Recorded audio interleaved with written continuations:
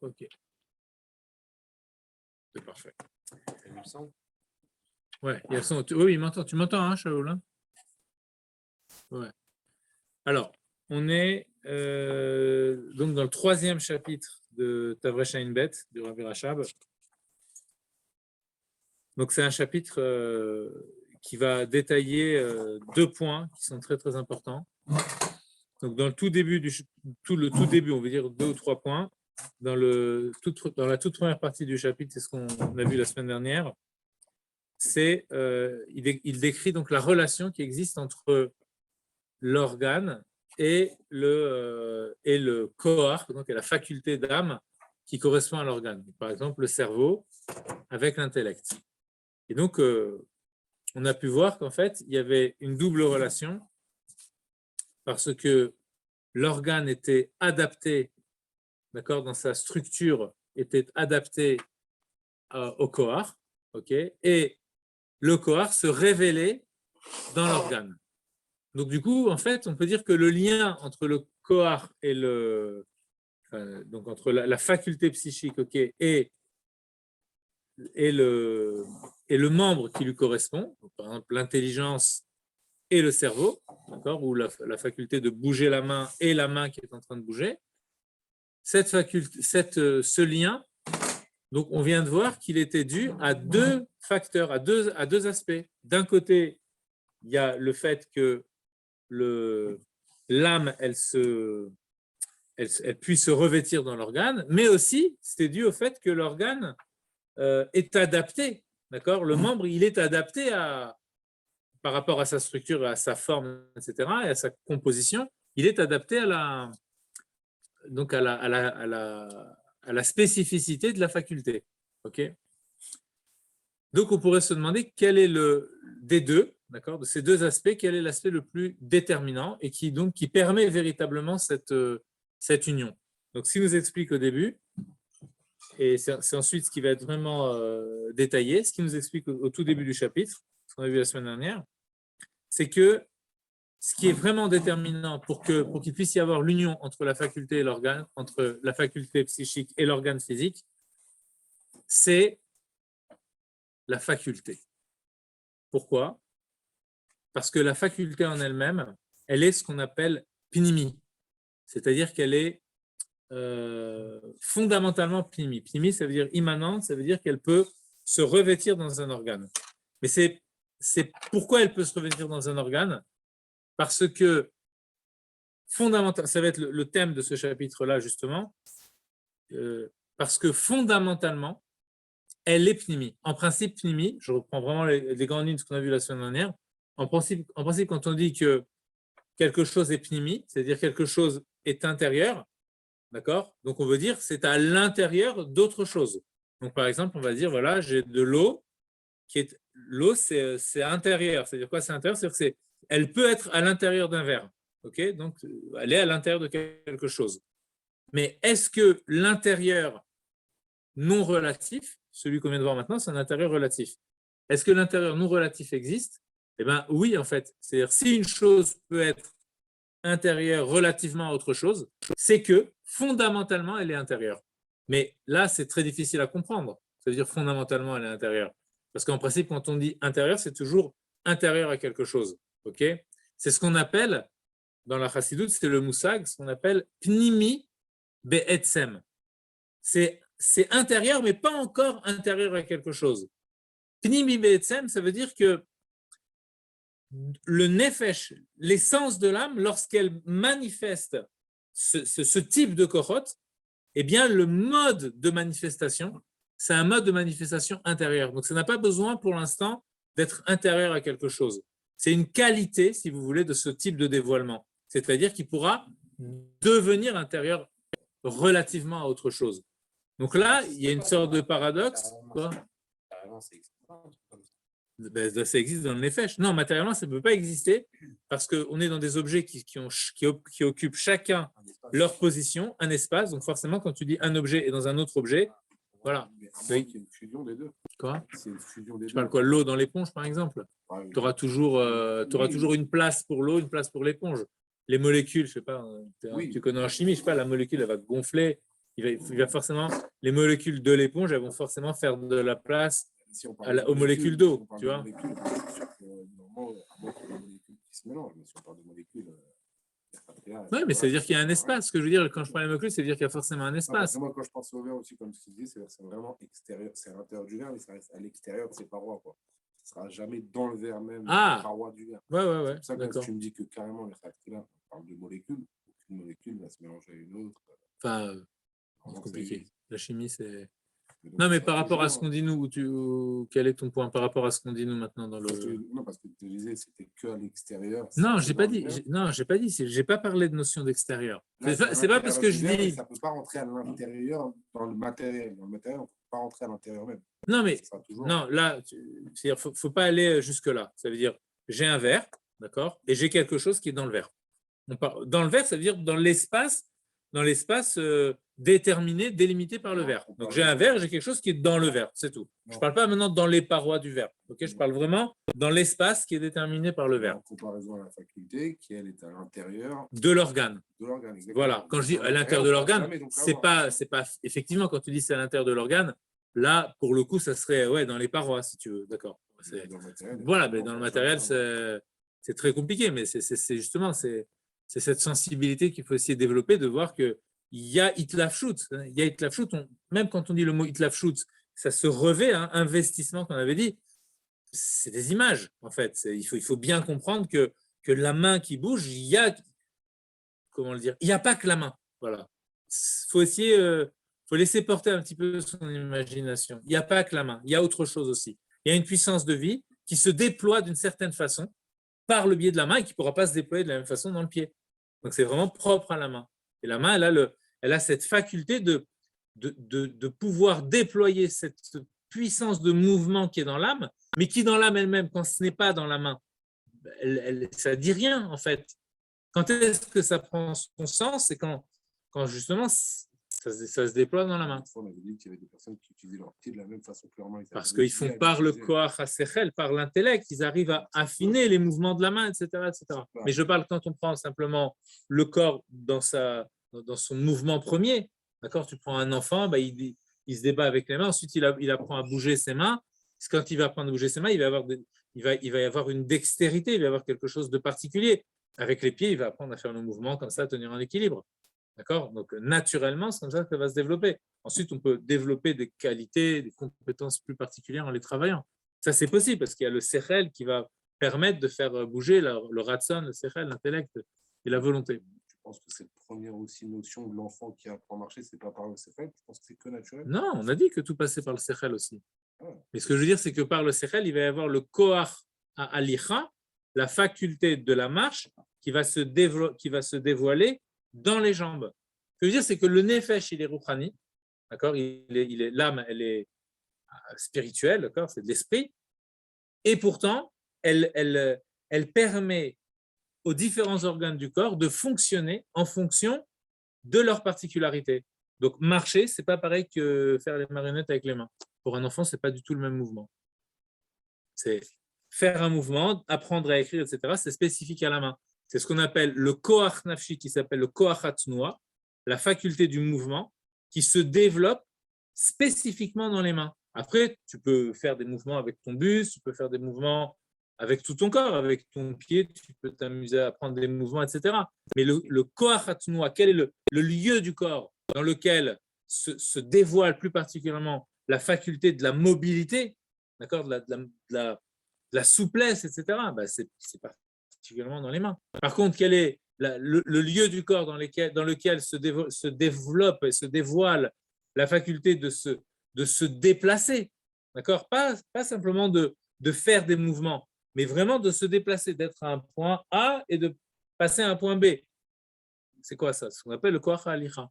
Et le koach halicha, où il se développe, où il se dévoile, dans les organes qui sont les récepteurs de ce koach halicha.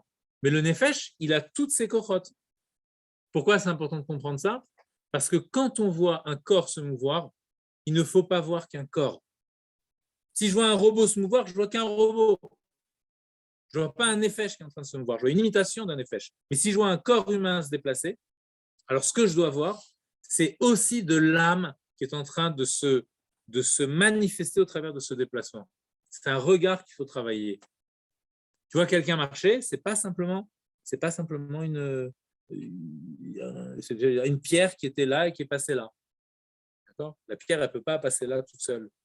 C'est l'homme, quand il se déplace, c'est qu'il y a de la vie qui est en train de se déplacer. C'est tout. En fait, par le déplacement des pieds, c'est tout un édifice qui est en train de se déplacer. Tout un édifice. Pourquoi c'est important de comprendre que dans le corps, j'insiste sur ça vraiment pour qu'on arrive bien à capter cette notion. Pourquoi c'est important de comprendre, par exemple, pour le Koach HaHalicha, la force de la marche, qu'il y a tout l'édifice de l'âme, par exemple, qui est derrière? Parce que quand tu marches, ça va vous faire rire, mais quand je marche, la conscience de l'homme, par exemple, ou la volonté, ou l'identité, c'est quelque chose qui est pas physique.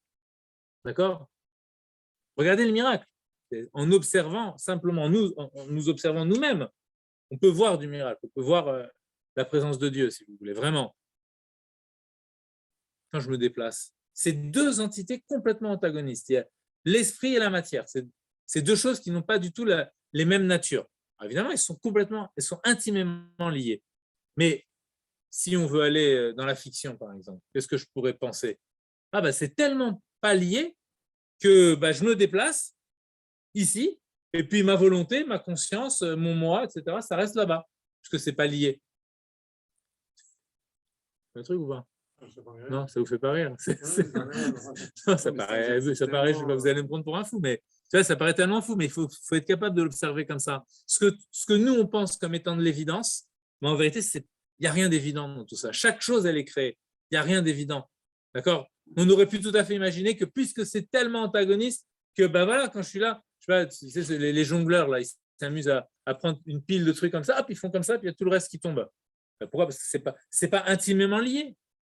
Donc, il peut déplacer comme ça, puis il y a tout le reste qui tombe. Hop, tout le monde applaudit. Mais là, tu as un corps qui est physique et tu as une âme qui se déplace en même temps, personne n'applaudit. On devrait être dans la rue toute la journée. Ah, Hachem, bravo. Là, c'est quelque chose d'extraordinaire en vérité. Comment tu veux que du spirituel, il bouge? Voilà.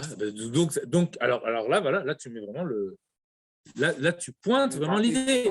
Tu dis comment? Mais tu vois que oui, du spirituel il bouge. Mais non, mais attends, t'entends ce que tu viens de dire? Tu viens de dire comment tu veux que du spirituel bouge. Alors là, tu viens accentuer ce côté miraculeux. Puisque tu es en train de dire. Quoi? Le spirituel n'est pas matériel. S'il n'est pas matériel, on n'a même pas à s'impressionner qu'il bouge ou qu'il ne bouge pas.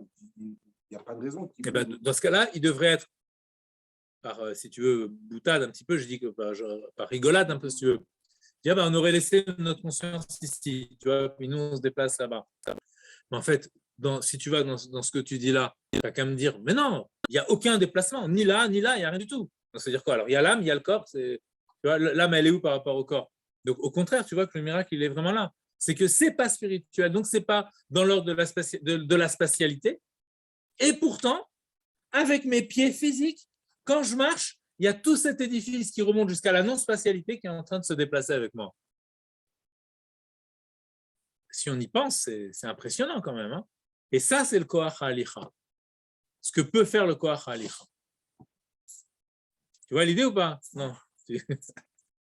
C'est toi qui viens de la dire. C'est toi qui viens de la dire. Non, mais quand je te dis ça, c'est au contraire, je ne te renforce pas, je me renforce dans le sens où il n'y a rien, elle ne peut pas bouger, il n'y a rien qui bouge. Mais tu vois bien que quand tu. Balle, tu ne peux pas bouger la balle. Mais quoi, il n'y a rien qui bouge?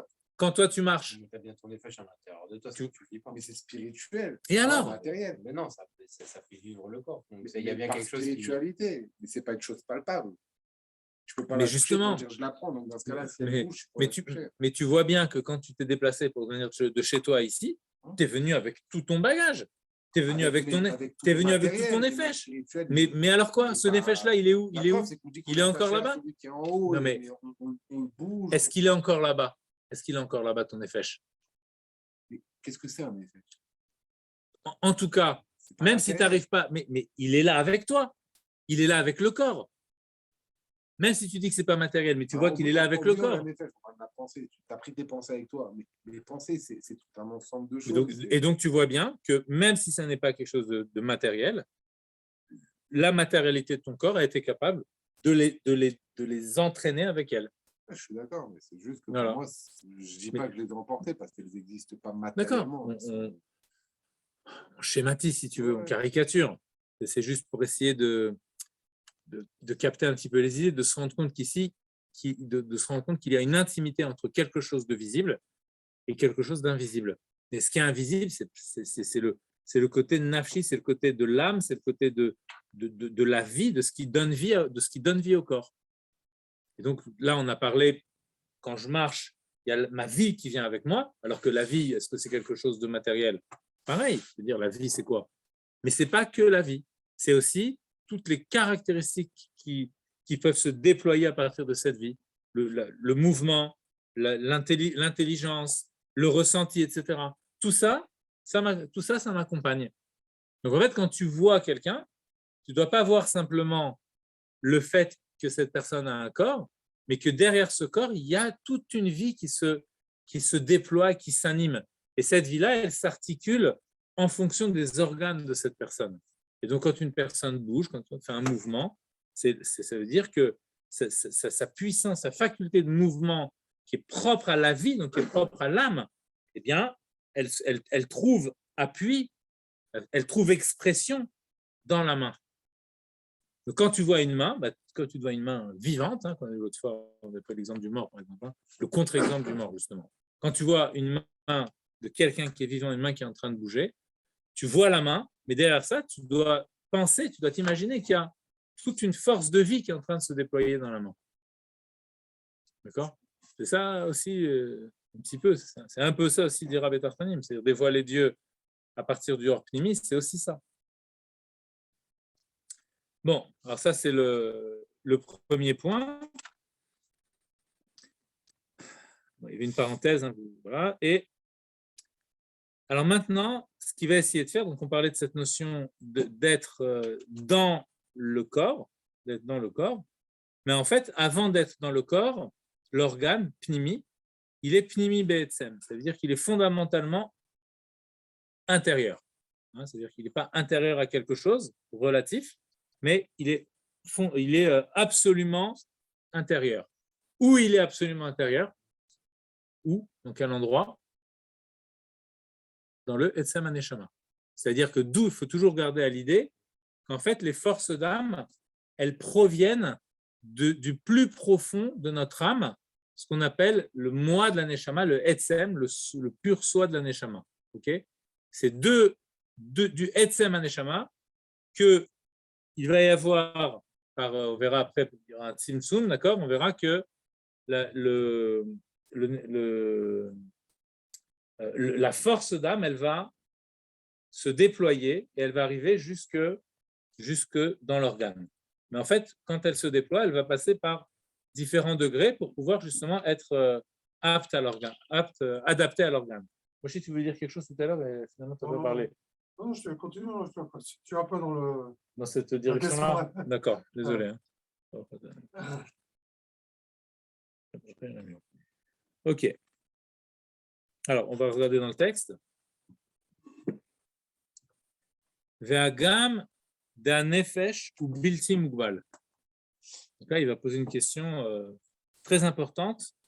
Donc, dans la relation, ce qu'on essaie de comprendre maintenant, c'est la relation entre les forces d'âme et leur origine dans l'essence de l'âme.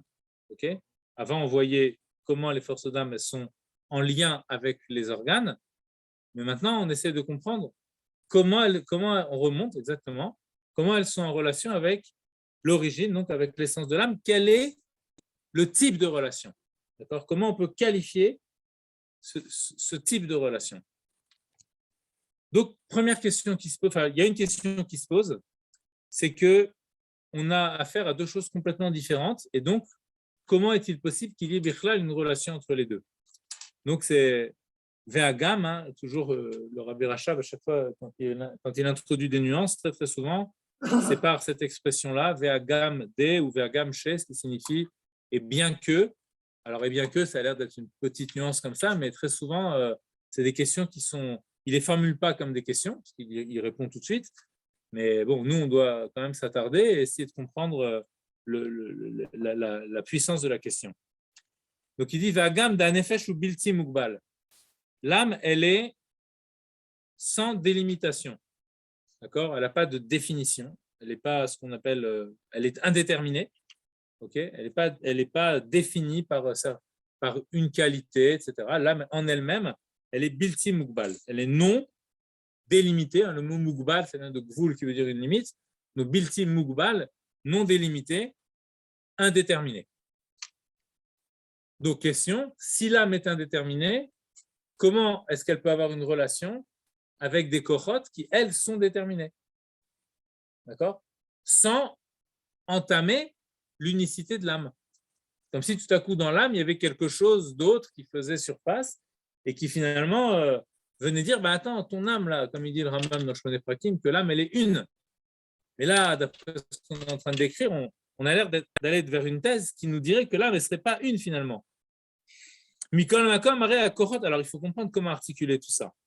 Mikol Makom Aré à Kochot M Beprin Gvul. Et pourtant, les facultés, les forces d'âme sont, elles, au contraire, s'inscrivent dans l'ordre de la limite. Ok? C'est dit Beprinat Gvul, il ne dit pas Mugbal véritablement. Pourquoi Beprinat? Ça veut dire dans l'ordre de la limite, parce que on a vu juste avant qu'elles étaient Pnimi Be'etzem. Alors Pnimi, ça va vouloir dire intérieur, ça va vouloir dire justement la notion de limite. Mais telles qu'elles sont encore dans l'essence de l'âme, on n'a pas encore vraiment de notion de limite. Donc c'est juste la potentialité à la limite. Sharen Kochot Pratim, pourquoi je dis que les forces, elles sont délimitées, elles sont déterminées, parce qu'elles sont des forces pratim. Pratim, ça veut dire, voilà, il y a une spécificité, il y a une singularité pour chaque force.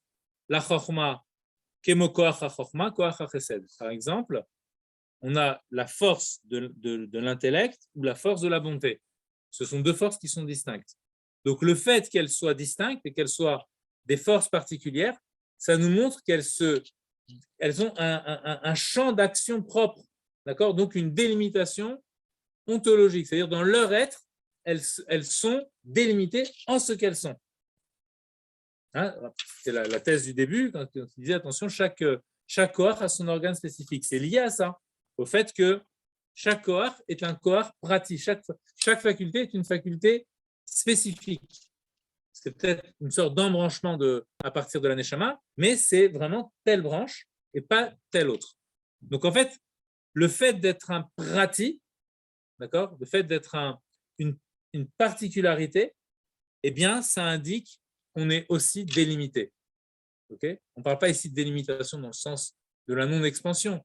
Okay? On parle de la délimitation dans le sens où on va dire telle force, tu es ceci et pas autre chose.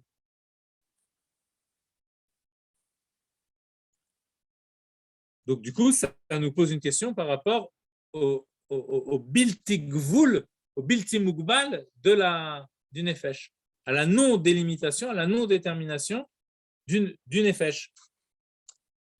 Ve'en nimtsaim klulim banefesh. Eh bien, ces forces-là sont incluses, comprises dans le nefesh.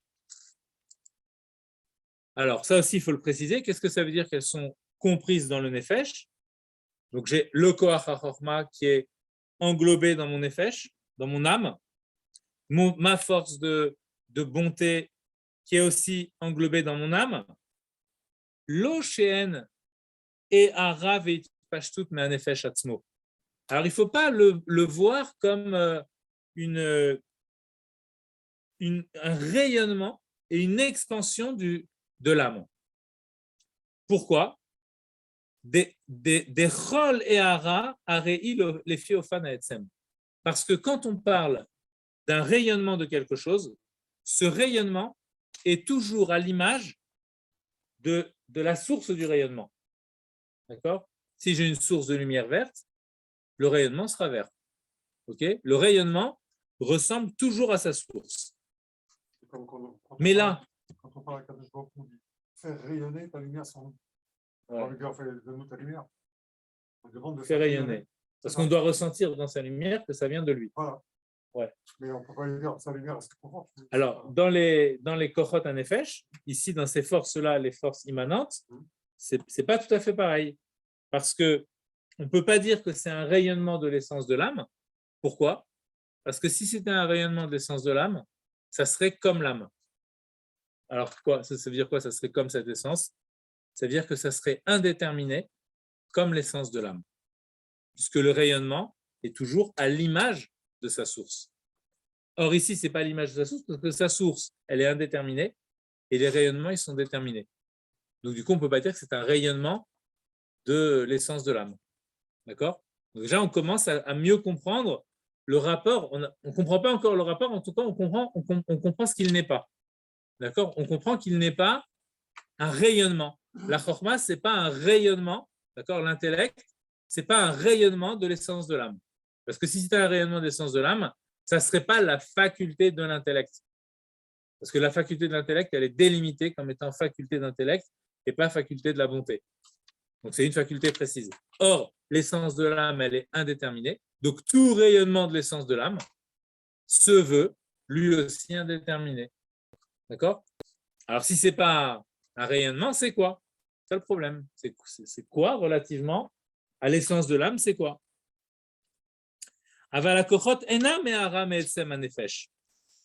Les forces, elles ne sont pas ce rayonnement d'essence de l'âme. Alors, c'est quoi le rapport? Ki'im. Et là, il a une formulation très précise. Et là, Ki'im, ma she'anefesh, imeyoto bilti mugbal be'etzem, ari hu kolel be'atzmo kochot she'em beprinat kochot mugbalim be'etzem. Mais voilà comment il faut dire les choses. Il faut formuler de la façon suivante. L'âme, tout en étant indéterminée fondamentalement, be'etzem, comprend en elle des forces qui sont fondamentalement déterminées. Et ça, c'est la capacité de l'essence de l'âme de pouvoir contenir en elle une chose et son contraire. Elle est l'indétermination, et pourtant, elle contient en elle quelque chose qui est indéterminé, qui est déterminé. Okay? Alors, ce n'est pas encore dans l'essence de l'âme même, ce n'est pas encore déterminé, mais par contre, c'est ce qui va donner de la détermination. C'est pour ça qu'il dit que ça s'appelle Mugbalim Be'etzem. Elles sont fondamentalement déterminées. Donc, elles ne sont pas encore relativement déterminées, puisqu'elles se sont, dans l'essence de l'âme, elles ne se sont pas encore déployées. Mais par contre, elles sont déjà là, comme, vous voyez, potentiellement déterminables dans tel et tel organe. Vous comprenez ou pas l'idée? C'est un peu abstrait, mais je ne sais pas si... Dites-moi si vous ne comprenez pas, il faut qu'on réexplique. Oui. Oui. Ouais. Ça veut dire que je n'ai pas cette confrontation véritablement. Et le Bilti Mugbal, exactement. En vérité, il n'y a pas vraiment de confrontation. Parce que l'essence de l'âme, si tu veux, elle est au-delà de tout ça. Donc, elle peut avoir aussi en elle cette dimension de l'indétermination. De la détermination. Mais justement, c'est précisément parce que elle est fondamentalement indéterminée que finalement les déterminations ne la gênent pas. Ça ressemble un petit peu à ce qu'on dit sur la notion de fini et d'infini.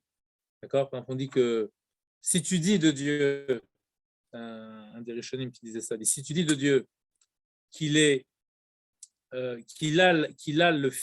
l'infini, mais qu'il n'a pas le fini, à ce moment-là, c'est-à-dire tu dis finalement qu'il n'est pas, il lui manque quelque chose. Qu'est-ce qui lui manque? Il lui manque la dimension du fini. Ce n'est pas lui qui est fini ou lui qui est infini. Lui, il est au-delà du fini et de l'infini. On retrouve un petit peu quelque chose de cet ordre-là dans l'essence de l'âme. D'accord? Avec l'indétermination et la détermination. C'est-à-dire qu'en réalité, l'indétermination de l'essence de l'âme, elle est au-delà de l'indétermination et de la détermination. Bon, là, pour l'instant, il ne rentre pas vraiment dans ce prat-là. Bon, alors là, dans la parenthèse, ça peut valoir le coup de la faire, il rentre dans une nuance un petit peu plus fine. Il va faire une distinction entre les forces d'âme Donc, toujours la force d'âme par rapport à l'essence de l'âme. C'est très important de comprendre ça.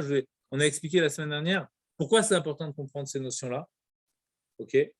Parce qu'en fait, quand on a affaire à nos propres kochot, nos propres forces d'âme, c'est important de voir jusqu'où elles remontent. Si on veut faire, vous savez, comme dans la psychanalyse, on veut essayer de trouver ce qu'il y a dans notre inconscient. Quelqu'un qui fait une psychanalyse, il s'assoit pendant des années pour essayer de trouver ce qui se passe dans son inconscient. D'accord? En fait, en chassidoute, on va essayer de trouver ce qui se passe dans l'inconscient de l'âme juive.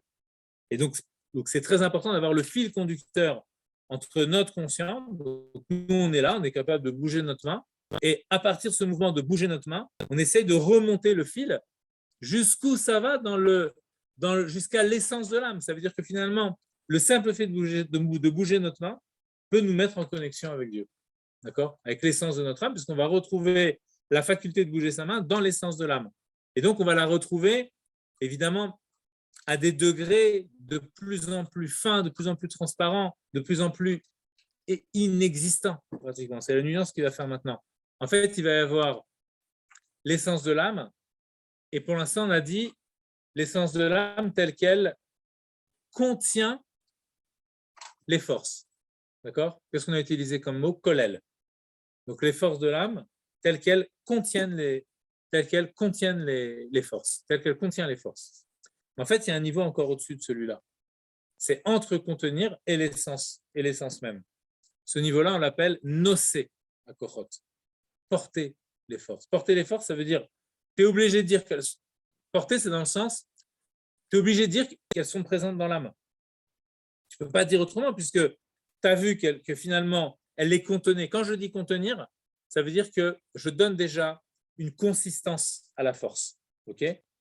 Donc, il y a l'essence de l'âme où il n'y a rien d'autre que ça. Ensuite, tiens, tout à coup, je vois apparaître des forces qui ont une certaine consistance, mais qui sont encore dans l'atmosphère, d'accord, dans le moi de l'essence de l'âme. Elles ne sont pas encore vraiment exprimées. Et puis ensuite, je retrouve cette force-là dans mon cerveau, dans mon bras. Donc, on voit qu'elle est passée par plusieurs paliers, cette force d'âme. D'accord? Donc, la première étape qu'on a vue, nous, c'était la force d'âme qui était déjà là. On ne sait pas d'où elle venait. On sait bien qu'elle vient de l'essence de l'âme, mais pour l'instant, nous, on l'a vue à l'étage, on va dire, si on dit que le 1, c'est là-haut, donc on va dire, on l'a vu à l'étage 2. Mais en fait, entre l'étage 1 et l'étage 2, il y a encore un palier qu'on n'a pas vu. C'est le 1'. Okay? C'est quoi ce 1'? C'est quand la force, tu es obligé de dire qu'elle est dans l'essence de l'âme. Mais dans quel état elle est dans l'essence de l'âme? Dans un état de non-existence. En fait, tu es juste obligé de dire qu'elle est là, mais toi, tu ne peux pas déterminer ce qu'elle est. Mais tu es obligé de dire qu'elle est là, puisque tu la vois après. Tu la vois après sous la forme d'être incluse avec une certaine consistance dans l'âme. Donc, tu es bien obligé de dire que dans l'âme elle-même, elle était déjà là. Mais dans l'âme elle-même, il n'y a que l'âme, comme on avait dit, on a ramené le nom du Rambam, que l'âme, elle est une. Donc, tu es obligé de dire que cette force d'âme de l'intellect, elle est déjà présente dans l'essence de l'âme. Mais dans l'essence de l'âme, tu ne peux pas lui donner de consistance. Tu ne peux pas lui donner de consistance, mais tu es obligé de dire qu'elle est là, sans consistance. C'est ce qu'on appelle nocé. D'accord? En fait, elle se confond complètement avec l'essence de l'âme. Elle est simplement pas autre chose que l'essence de l'âme. Elle ne s'y réduit pas, évidemment. L'âme ne se réduit pas à cette force-là. Ça va de soi. C'est comme l'enfant quand il est encore et encore, le cerveau du père. Et encore plus que ça. Parce que là, tu peux dire qu'il y a déjà quelque chose qui va devenir, etc. Alors que là, il y a... C'est-à-dire, si tu regardes que ça, tu peux dire... Tu ne peux pas parier qu'il y aura quelque chose derrière, si tu veux. À part si tu sais que Dieu il peut tout faire. Mais simplement en regardant ça, tu peux dire, ça restera toujours comme ça. Quoi. C'est-à-dire, il n'y a que l'essence. Quoi? C'est la source de la source. Même le mot source, on ne peut pas vraiment l'employer parce que source, si tu veux, la chose, elle est déjà existante dans la source. Alors que là, ce n'est pas à l'état d'existence. Tu vois? Il y a ce qu'on appelle le patent et le latent. D'accord? Patent, ça veut dire que c'est vraiment présent. D'accord? C'est patent, c'est là. Et quand on dit quelque chose est en latence, c'est en latence. Donc, c'est en latence, ça vient du grec lété, qui veut dire caché. Quelque chose qui est caché. Donc, quand on dit en latence, ça veut dire que c'est comme on dit en potentiel, tu vois. Donc, tu peux dire la force, elle est en latence avant de se déployer dans le bras, par exemple, ou dans le cerveau. Mais même ça, tu ne peux pas le dire. Parce qu'en latence, c'est déjà une certaine metsiout. C'est déjà une certaine forme, il y a déjà une certaine consistance d'existence. Tu vois. Donc, tu remontes le fil encore, c'est avant d'être en latence. Mais avant d'être en latence, il y a quoi? Il n'y a que l'essence. C'est quoi la différence entre Ehara et Oel dans quelque chose? Ehara, si tu veux, c'est ce qu'on va retrouver dans les Orot Makifim en réalité, dans les forces transcendantales. En fait, ces forces-là, elles seront Me'en à Etsem. Elles seront comme l'essence. C'est pour ça qu'on va retrouver beaucoup plus d'indétermination dans les forces transcendantales que dans les forces immanentes. Dans les forces transcendantes, pardon, que dans les forces immanentes. Par exemple, dans la volonté, elle est transcendante et il y a beaucoup plus d'indétermination dans la volonté que dans l'intellect. La preuve, c'est que la volonté, elle peut être une volonté d'activer l'intellect, elle peut être une volonté d'activer le bras, une volonté de mener un projet. Ce sera toujours la même volonté. C'est-à-dire que la volonté en elle-même, c'est vraiment une force d'indétermination. Voilà, juste pour faire une petite par rapport à ce que tu me dis, on peut à partir de là comprendre ce que ça signifie quand on parle de la volonté de Dieu. C'est la volonté en elle-même. Et c'est cette volonté-là qui se donne dans les mitzvot. D'accord? Une volonté indéterminée. Mais oui, tu vas me dire, oui, mais les mitzvot, c'est déterminé. Oui, mais qu'est-ce qu'il dit le Morazaken? Il dit que les mitzvot, c'est un levouche. Donc, ça veut dire qu'à l'intérieur de ce levouche, il y a l'indétermination d'Hachem qui se traduit dans sa volonté. Ça te répond par rapport à ta question? D'autres questions? Je ne vois pas le chrono là. C'est bon, on est pas là. Quelle heure il est? 25. Moins 20, donc ok, on a encore 20 minutes à peu près. On finit à 9h, ça? Ok.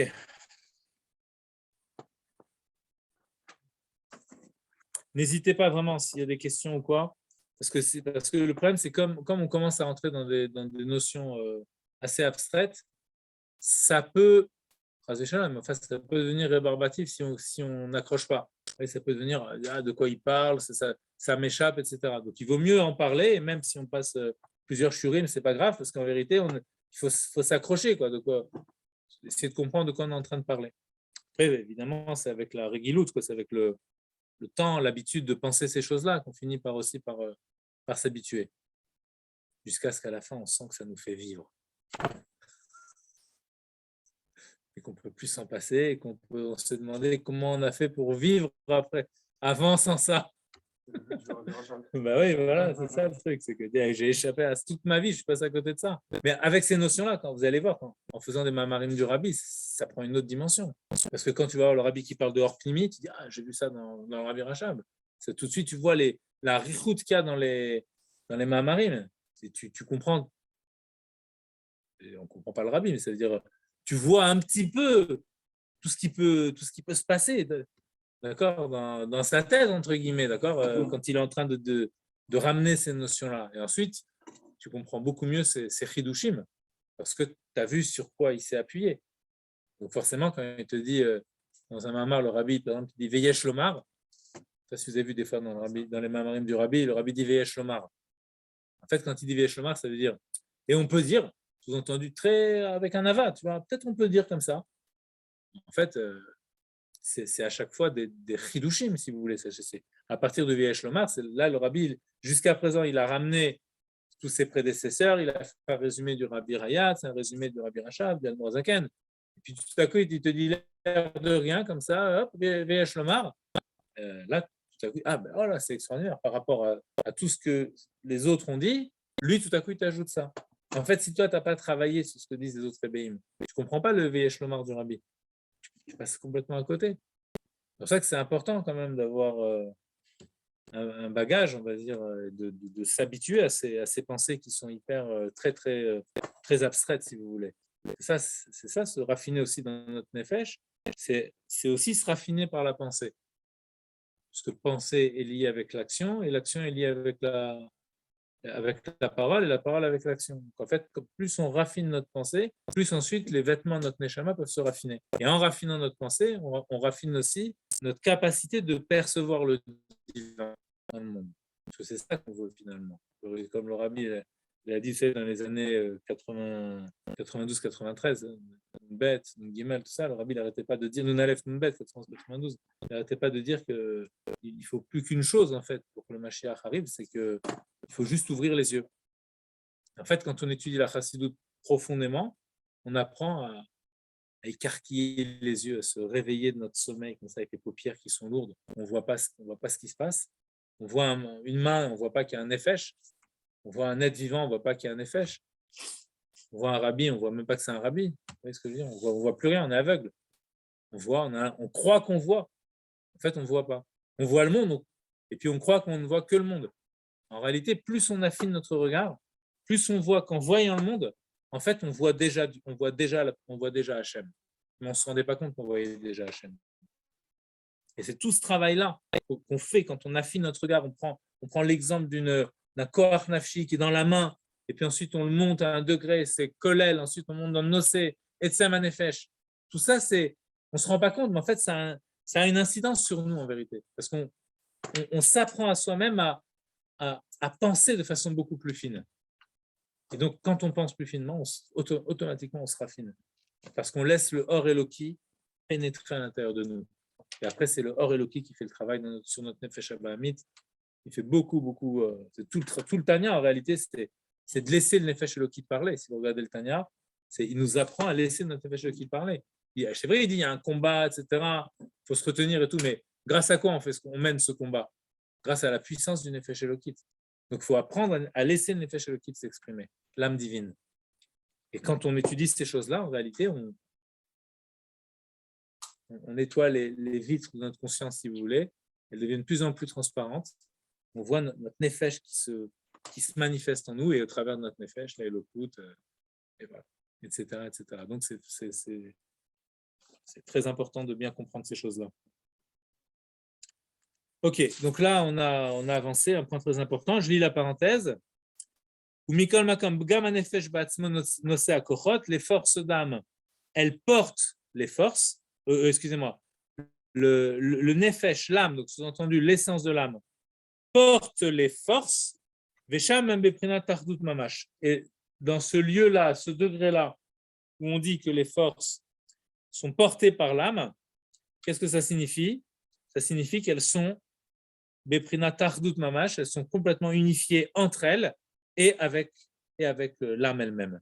Chez un Nefesh Achati, il nous rappelle ce fameux passage du Rambam dans les 8 chapitres, qui nous dit que l'âme est une, Gam Shenos Aet Akochot Ba'atzma, bien qu'elle porte les forces en elle, mais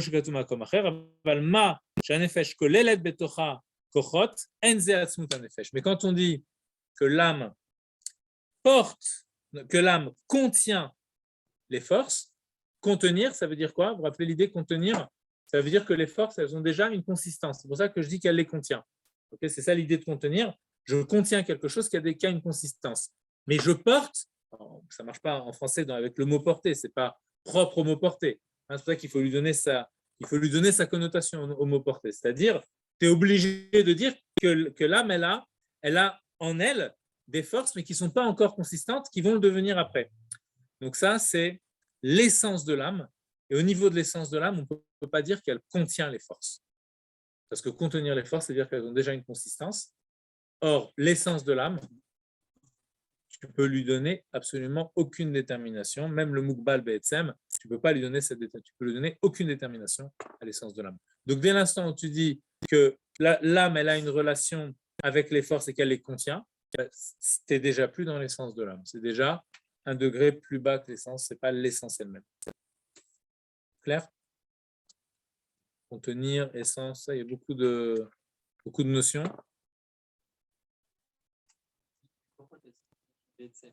Oui. Alors, si tu dis que les koroth, elles sont pnimi be'etzem, donc si tu considères que ces koroth, elles sont déjà des koroth qui sont en latence et qui vont devenir patentes dans les organes, ça veut dire que tu es déjà plus dans l'essence de l'âme. Maintenant, si tu prends ces kochot-là et tu dis qu'elles sont pnimi, on va faire un jeu de mots, be'atzmut, dans l'essence de l'âme, ça veut dire qu'à ce moment-là, le koach, il n'existe pas sous forme de koach. Tu es obligé de dire qu'il est là, mais il n'a pas de consistance. Il est comme l'essence, il est be'achdut avec l'essence. D'accord? Mais ce sera aussi ce koach pnimi qui remonte jusqu'à l'essence. Ça dépend à quel degré tu le prends. L'atzmut des kochot, ça veut dire quoi? Qu'est-ce qu'on entend par l'atzmut des kochot? Tu peux l'envisager à 2 degrés. L'atzmut des kochot, en tant qu'elles sont déjà un koach qui existe et qui va se déployer en potentiel, ou l'atzmut des kochot, c'est-à-dire telles qu'elles sont dans le Etsem. Et à ce degré-là, ça ne s'appelle plus des kochot. D'accord? Alors, si quelqu'un a envie d'approfondir cette notion-là, je vous montrerai, si tu veux, tu me demanderas, je te montrerai après le shiur. Il y a un passage dans Samar Vav où il explique de façon vraiment très très claire, en quelques lignes, il explique cette notion-là. Et donc, il dit que à chaque fois qu'il y a une notion de Bekoach, donc que quelque chose est en potentiel, en puissance, tu ne peux pas dire que c'est l'essence de l'âme.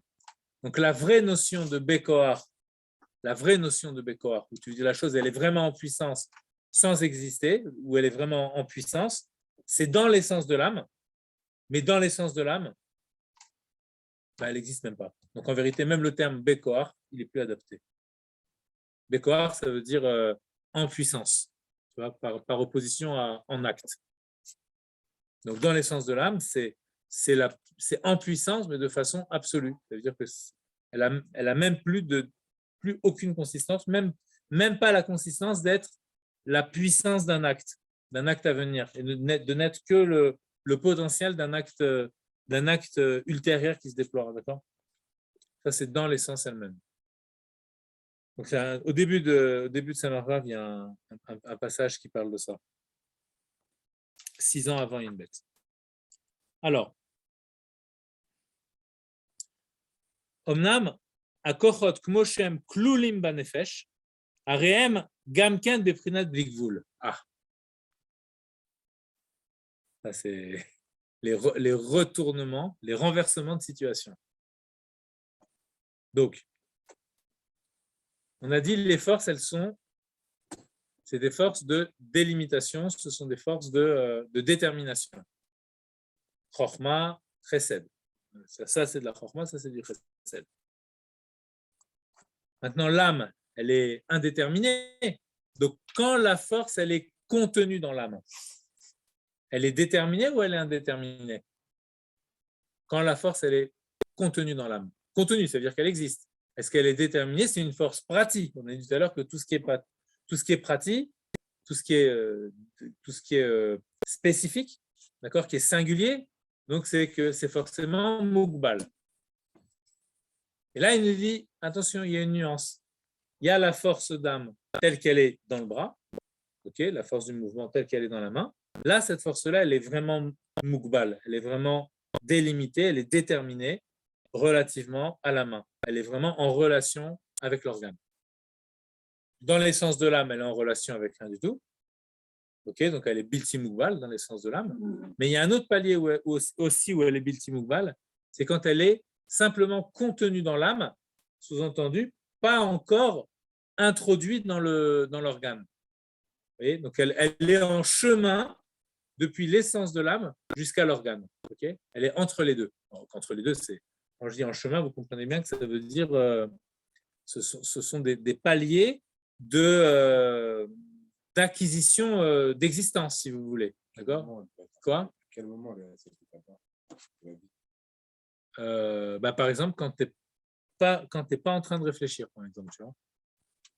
Là, tu es juste quand tu dors, ou tu vois, tu n'es pas encore en train de réfléchir. Donc à ce moment-là, il y a l'âme, il y a la force, si tu veux, qui ne s'est pas encore déployée dans ton cerveau. La force de le koach hasechel, il est forcément là, il peut se déployer dans le cerveau, mais pour l'instant, il n'est pas encore vraiment actif. Donc, à ce moment-là, tu es obligé de dire que puisqu'il va se déployer dans le cerveau demain, donc aujourd'hui, comment est-ce qu'il est? Il est dans l'âme, mais il est simplement contenu dans l'âme. Parce qu'à un moment, Ok. le cerveau il s'arrête de réfléchir, même en dormant. Non, mais d'accord. Mais si tu veux, tu peux avoir plusieurs degrés de réflexion. Et Comment ce que je veux dire? Donc, ces forces-là que tu n'as pas encore déployées, elles sont simplement contenues dans le nefesh. En fait, si tu veux, c'est un réservoir infini. Ce qui va être important de comprendre, c'est que ces forces-là, même quand tu réfléchis en réalité dans ton cerveau, ok, ce palier-là, il existe encore en vérité.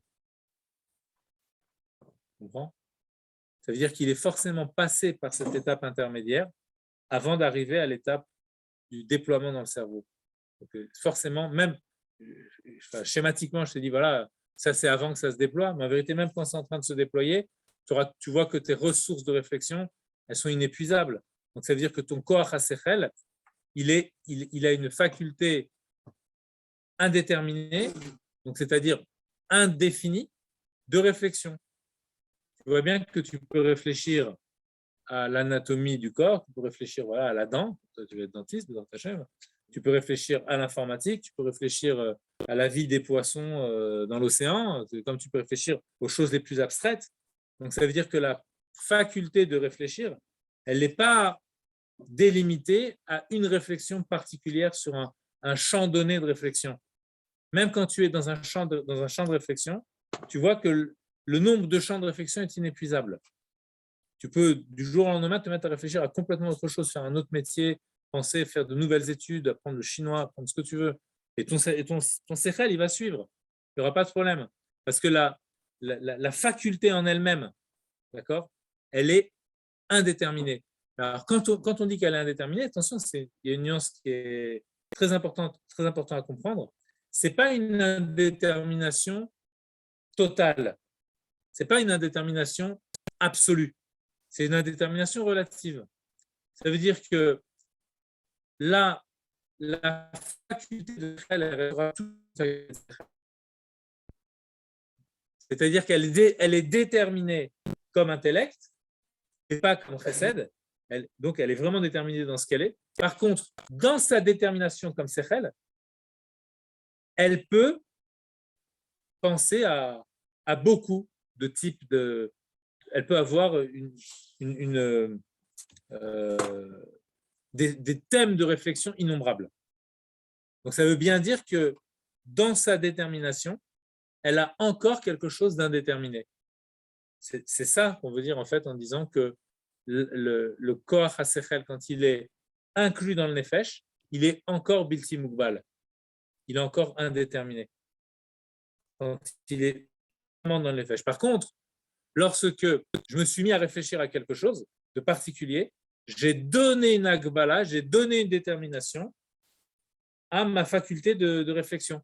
Ça ne veut pas dire que je l'ai enfermé dans cette détermination. Ça veut dire que maintenant, je suis en train de penser à la fabrication du carton, par exemple. D'accord ? Maintenant, je suis en train de penser à ça. Maintenant, je suis en train de penser au hors pnimi. Demain, je peux penser aussi au hors makif. D'accord ? Donc, ma faculté d'intellect, en ce sens-là, elle est indéterminée. C'est quand elle est kaloul banefesh. Quand elle se dévoile, ça fait vraiment. Voilà, le sechel peut être vraiment très très fort quand cette faculté elle se dévoile. D'accord ? Parce qu'on voit le côté indéterminé qui est dans les choses, donc comment les choses sont liées avec Dieu. C'est un peu ce qui se passe, il expliquera par la suite au moment de Matan Torah, quand on a les kochot, les kochot à nefesh qui sont vraiment liés avec l'essence de l'âme, qui se dévoilent au moment de Matan Torah. À ce moment-là, on va y rouer ta kolot. Il y a l'indétermination de la faculté qui se manifeste, et finalement, on peut voir ce qui en principe ne peut pas être visible. On voit le son. D'accord ? Ce qui est que de l'ordre du son, qui est de l'ordre de l'inaudible, si vous voulez, ou de l'invisible, tout à coup, ça devient clair. Ça devient clair pour nous, on le voit. Oui. On appelle le chemin qu'on prend la force qu'on envoie de l'âme vers le monde. Comment ça s'appelle? Quel nom ça porte? Non, ça ne porte pas un nom spécifique. Ça veut dire qu'on a